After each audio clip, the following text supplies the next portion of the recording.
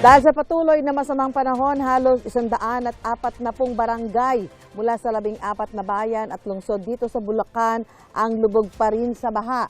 At ngayon nga po mga kapuso, dito tayo sa bayan ng Kalumpit, sa barangay Sapang Bayan, kung saan ay maraming lugar pa rin po ang lubog sa baha.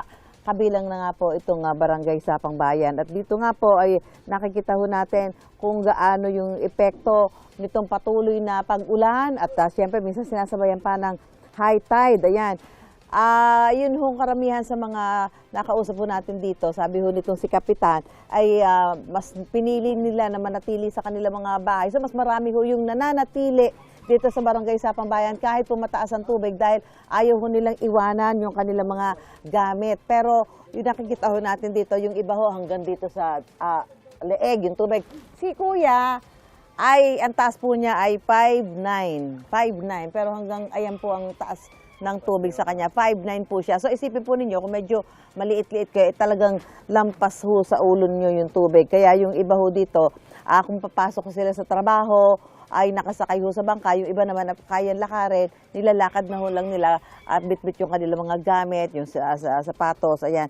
So kahit pa paano ho, apektado ho yung hanap buhay ng marami nating mga kababayan. Siyempre, apektado din ho yung klase ng mga bata. At kanina kausap po natin tinanong natin itong si Kapitan, sabi ho niya, mas marami po yung nandito kaysa sa mga pumunta sa mga evacuation center. Dito bangka ho yung pangunahing ginagamit ng marami nating mga kababayan para makalabas at makauwi sa kanilang mga tahanan kung sila may mga kailangan gawin. Halimbawa, papasok sa trabaho, may mga kailangan bilhin, may mga kailangan ayusin, bangka ho ang pangunahin nilang sinasakyan. Kung hindi naman, naglalakad na lamang po sila, di ba?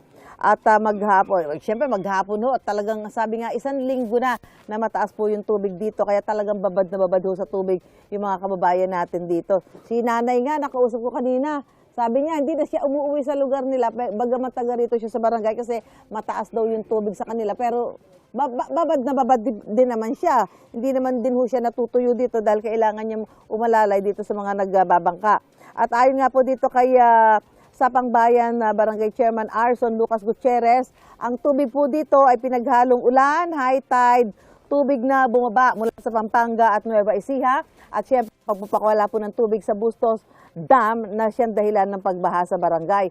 Taon-taon naman daw po problema ito sa lugar. Sa totoo lang po, hindi rin ho ito ang unang pagkakataon. Ilang beses na rin po ako nakapunta rito at nag-cover. At talagang taon-taon nga naman po kapag sumasapit ng tag-ulan, ganito ho ang sitwasyon ng ating mga kababayan dito. At umaasa na lamang sila na isang araw ay matapos na yung kanilang mga ganitong mga problema pag sumasapit ang tag-ulan. Dahil yun nga po, sabi nga ho nung mga kausap natin dito, yung iba pinili ho nila na maglagay ng second floor. Gaya nito nakikita nyo, ayan.